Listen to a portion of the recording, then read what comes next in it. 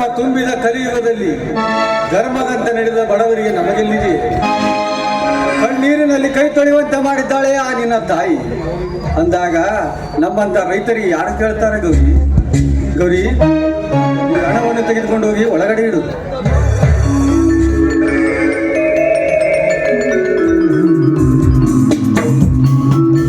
ಇದು ಇಷ್ಟೊಂದು ಹಣ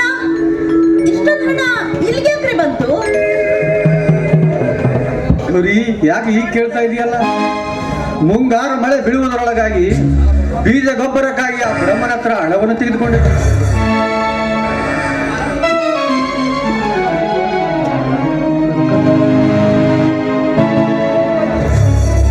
ನೋಡ್ರಿ, ಅಲ್ಲರಿ ಈ ದುಡ್ಡಿನ ವ್ಯವಹಾರ ನಮ್ಗೆ ಯಾಕೆ ಬೇಕಿತ್ತು? ತಾಯಿಗಿಂತ ಮಗಳು ದೊಡ್ಡೋಳು ಅನ್ನೋ ಹಾಗೆ ಈ ಬಡ್ಡಿ ವ್ಯವಹಾರ ನಮ್ಗೆ ಯಾಕೆ ಬೇಕು ರೀ? ಗೌರಿ, ನಿಯತ್ತಿನಿಂದ ಮಾಡಿದ ಸಾಲವನ್ನು ತನ್ನ ಹೊಲವನ್ನಾದರೆ ಮಾಡಿ ಕಟ್ಟುವ ಬಡ ರೈತನಿಗೆ ಈ ಹಾಳ ಸಮಾಜದಲ್ಲಿ ಹಾಗೆ ಯಾರು ಕೊಡ್ತಾರೆ? ಗೌರಿ, ಬಡ್ಡಿಯಾಗಿ ತೆಗೆದುಕೊಂಡು ಬಂದಿದ್ದೇನೆ. ಗೊತ್ತಾಯ್ತು ಬಿಡಿ, ಈ ರೈತನ ಜೀವನ ಬಡ್ಡಿಗಾಗಿ ದುಡಿಯೋ ಹಾಗಿದೆ. ಹೋಗ್ಲಿ ಬಿಡಿ, ಇಂದು ಯುಗಾದಿ ಹಬ್ಬ, ಹಸನ್ಮುಖಿಯಾಗಿರ್ಬೇಕೆ ಹೊರತು ಈ ರೀತಿ ರೋಧಿಸ್ರೆ ಫಲವೇ. ಸಿಹಿ ಅಡಿಗೆ ಮಾಡಿದ್ದೀನಿ, ಊಟ ಮಾಡಿರಂತೆ ಬನ್ನಿ. ಗೌರಿ, ಊಟಕ್ಕಿಂತ ಮುಂಚೆ ಒಂದು ಸವಿಯಾದ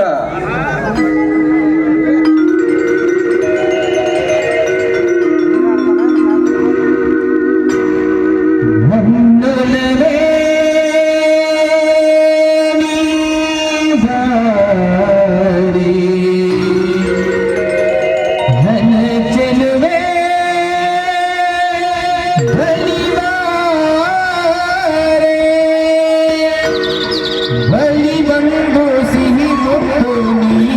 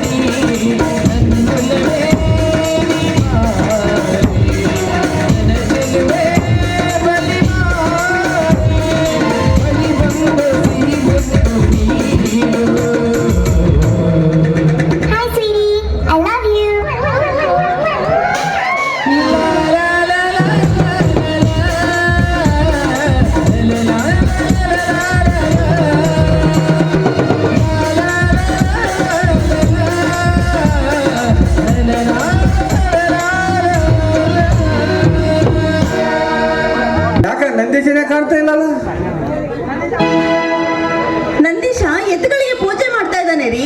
ನಂದೀಶ, ನಂದೀಶ,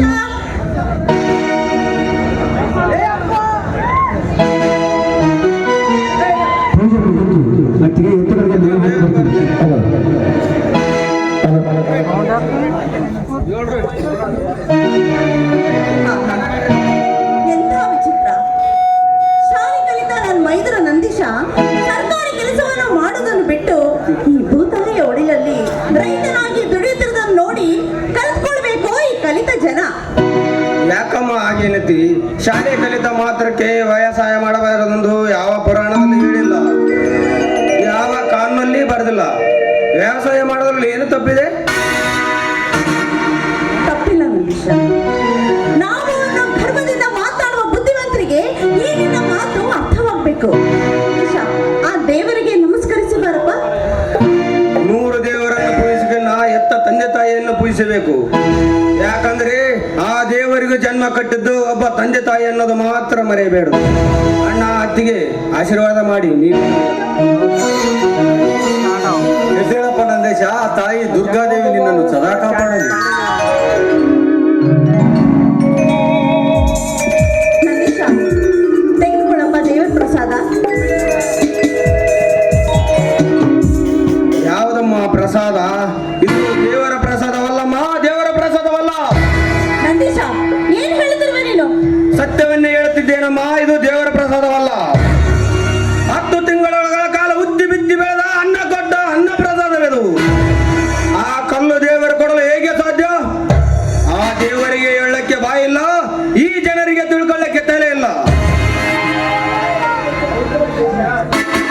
ಹೌದು ನಂದೇಶ, ರೈತನೇ ಹಸಿರು ದೇಶವೇ ಉಸಿರು ಎನ್ನುತ್ತಿರುವ ಈ ಆಳ ಸಮಾಜದಲ್ಲಿ ಭಾಷಣ ಹೇಳುವ ಈ ಬಂಡ ಸಮಾಜಕ್ಕೆ ಹೇಗೆ ಗೊತ್ತಾಗಬೇಕು ಈ ರೈತನ ಪರಿಸ್ಥಿತಿ ಅಂದಾಗ ರೈತನ ಸಮಾಧಿ ಮೇಲೆ ಸರಕಾರ ನಡೆಸುವವರಿಗೆ ಹೇಗೆ ಗೊತ್ತಾಗಬೇಕಪ್ಪ?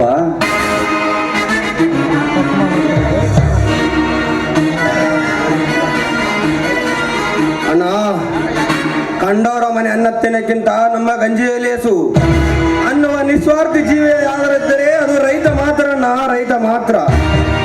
ಈ ಜಗತ್ತಿಗೆ ಅನ್ನ ಹಾಕಿ ಸಲುವನು ಈ ರೈತ ಅಣ್ಣ, ರೈತ.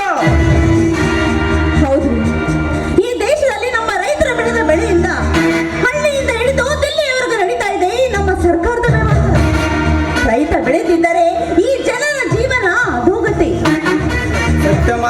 ಸತ್ಯ ನಿಮ್ಮ ಮಾತು. ಜಗತ್ತಿನಲ್ಲಿ ಸಾವಿರಾರು ಫ್ಯಾಕ್ಟರಿಗಳಿವೆ. ಆ ಫ್ಯಾಕ್ಟರಿಯಲ್ಲಿ ಒಂದೊಂದು ಸೂಜಿಗೂ ನಿರ್ದಿಷ್ಟವಾದಂತ ಬೆಲೆ ಇದೆ. ಆದರೆ ಈ ರೈತ ಬೆಳೆಗೆ ಒಂದು ನಿರ್ದಿಷ್ಟವಾದ ಬೆಲೆ ಯಾಕಿಲ್ಲ? ಗೌರಿ, ನಿನ್ನ ಮಾತು ಸಗಣಿ ತುಂಬಿದ ತೊಟ್ಟಿಲಿನಲ್ಲಿ ಮಗುವನ್ನು ಮಲಗಿಸಿದಂತಾಗಿದೆ ಈ ರೈತರ ಸ್ಥಿತಿ ಅಂದಾಗ ಸರಕಾರದ ಯೋಜನೆಗಳು ಹಲವಾರು ಬಂದರೂ ಶ್ರೀಮಂತರ ಮನೆ ತುಂಬುತ್ತಿವೆ ಅಂದಾಗ ನಮ್ಮಂತ ಬಡವರಿಗೆ ಇಲ್ಲಿಂದ ಬರಬೇಕಪ್ಪ ಲಾಭ.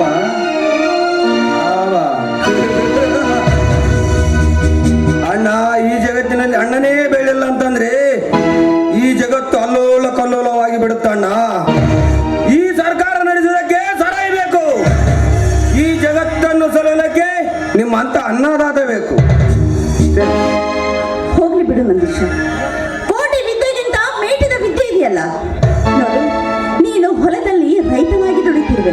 ನಿನ್ನ ಜನ್ಮ ಸಾರ್ಥಕವಾಗಿದೆಯಪ್ಪ. ಹೌದಾ? ನಿಮ್ಮ ಮಾತು ಸತ್ಯವನ್ನೇ ಹೇಳುತ್ತಿದ್ದೆ.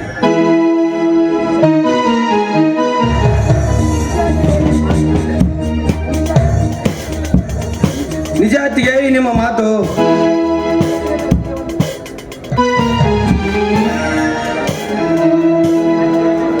ಈ ಆಳು ಸಮಾಜದಲ್ಲಿ ಈ ಸರ್ಕಾರ ಹೇಳ್ತಿರುವಾಗ ರೈತನಿಗೆ ಬೆಲೆನೇ ಇಲ್ಲಮ್ಮ. ನಂದೀಶ, ಒಕ್ಕಲಿಗದಿದ್ದರೆ ಬೀಗುವುದು ಈ ಜಗವಲ್ಲ. ಒಕ್ಕಲಿಗದಿದ್ದರೆ ಬಿಕ್ಕುವುದು ಈ ಜಗವಲ್ಲ ಅಂತ ಭಾಷಣದಲ್ಲಿ ಹೇಳುವ ಈ ಬಂಡ ಸಮಾಜಕ್ಕೆ ಹೇಗೆ ಅರ್ಥ ಆಗಬೇಕಪ್ಪ ಈ ರೈತನ ಗೋಳು? ಅಂದ್ರ ಅಣ್ಣ, ಈ ರೈತ ಬೆಳೆದ ಬೆಳೆಗೆ ನ್ಯಾಯನೇ ಇಲ್ಲ ಅಂತೀರಾ? ನ್ಯಾಯ ಎಂಬುವುದು ನಾಯಿಯ ಸಮಾನ. ಅದು ಶ್ರೀಮಂತರ ಮನೆ ಕಾವಲು ಕಾಯುತ್ತಿರುವಾಗ ನಮ್ಮಂತ ಬಡವರಿಗೆ ಎಲ್ಲಿಂದ ಬರಬೇಕಪ್ಪ ನ್ಯಾಯ? ನಂದೀಶ, ಸರಕಾರ ಎಂಬುದು ಒಂದು ಹುಚ್ಚ ಮುಂಡಿಯ ಮಕ್ಕಳ ಮದುವೆ ಇದ್ದ ಹಾಗೆ. ಅದರಲ್ಲಿ ಕಳ್ಳ ಕಾಕರಿಗೆ ಊಟವಿರುತ್ತದೆ. ನಮ್ಮಂತ ನಿಯತ್ತಿನಿಂದಲ್ಲಪ್ಪ. ಅದಕ್ಕೆ ಬಲ್ಲವರು ಹೇಳಿದ್ದಾರೆ, 3 ಬಿಟ್ಟವರು ಊರಿಗೆ ದೊಡ್ಡವರಂತ. ಅಂತವರಲ್ಲಿ ನಮಗೆಲ್ಲಿಂದ ಸಿಗಬೇಕಪ್ಪ?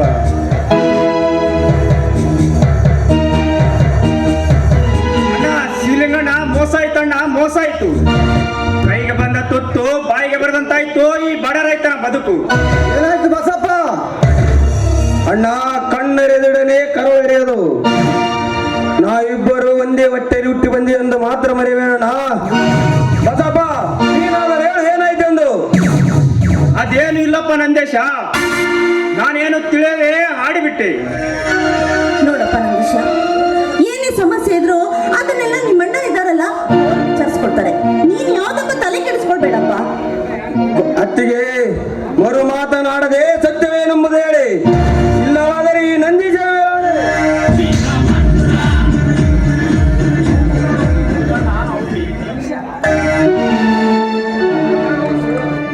ಹೌದು, ಕಳಪೆ ಬೀಜ ಕೊಟ್ಟ ಅಧಿಕಾರಿ ಯಾವನೇ ಆಗಿರಲಿ, ಅವನನ್ನು ಕರೆದುಕೊಂಡು ತಂದು ಕಟ್ಟಾಕಿ ಈ ಬಾರ್ಕಲ್ಲಿಂದ ಹೊಡೆದರೆ ತಟ್ಟನೆ ಹೇಳುವನು ಅಧಿಕಾರಿ ಹೆಸರು. ಆವಾಗ ಎಲ್ಲರೂ ಸೇರಿಕೊಂಡು ಪರಿಹಾರ ಕೇಳೋಣ.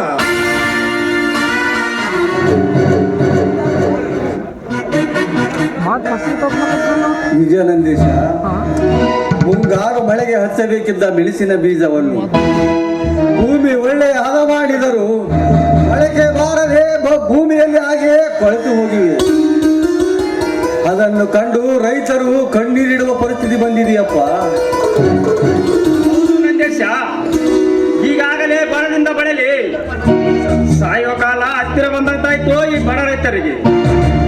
ಕಳಪೆ ಬೀಜ ಕೊಟ್ಟ ಅಧಿಕಾರಿ ಯಾವನೇ ಆಗಿರಲಿ, ಅವನ 2 ಕೈಗಳನ್ನು ಕತ್ತರಿಸಿ ಹಾಕಿ ಈ ಸಮಾಜ ರೈತ ಕೊಟ್ಟ ಶಿಕ್ಷೆ ಅಂತ ಹೇಳ್ತೇನೆ. ನಾನು ಬರ್ತೇನೆ.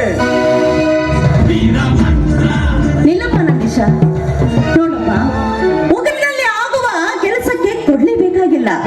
ಅದನ್ನೆಲ್ಲ ನಿಮ್ಮಣ್ಣ ವಿಚಾರಿಸ್ಕೊಳ್ತಾರೆ. ನೀನು ಊಟ ಮಾಡಿವಂತೆ ಬಾ. ನಂದೀಶ, ನೀನ್ ಯಾಕೆ ತಲೆ ಕೆಡಿಸ್ಕೊಳ್ತಾ ಇದೀಯಾ?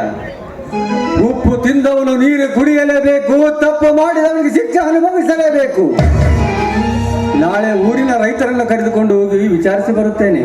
ಗೌರಿ, ಇವರಿಗೆ ಹೋಗಿ ಊಟಕ್ಕೆ ಕೊಡು.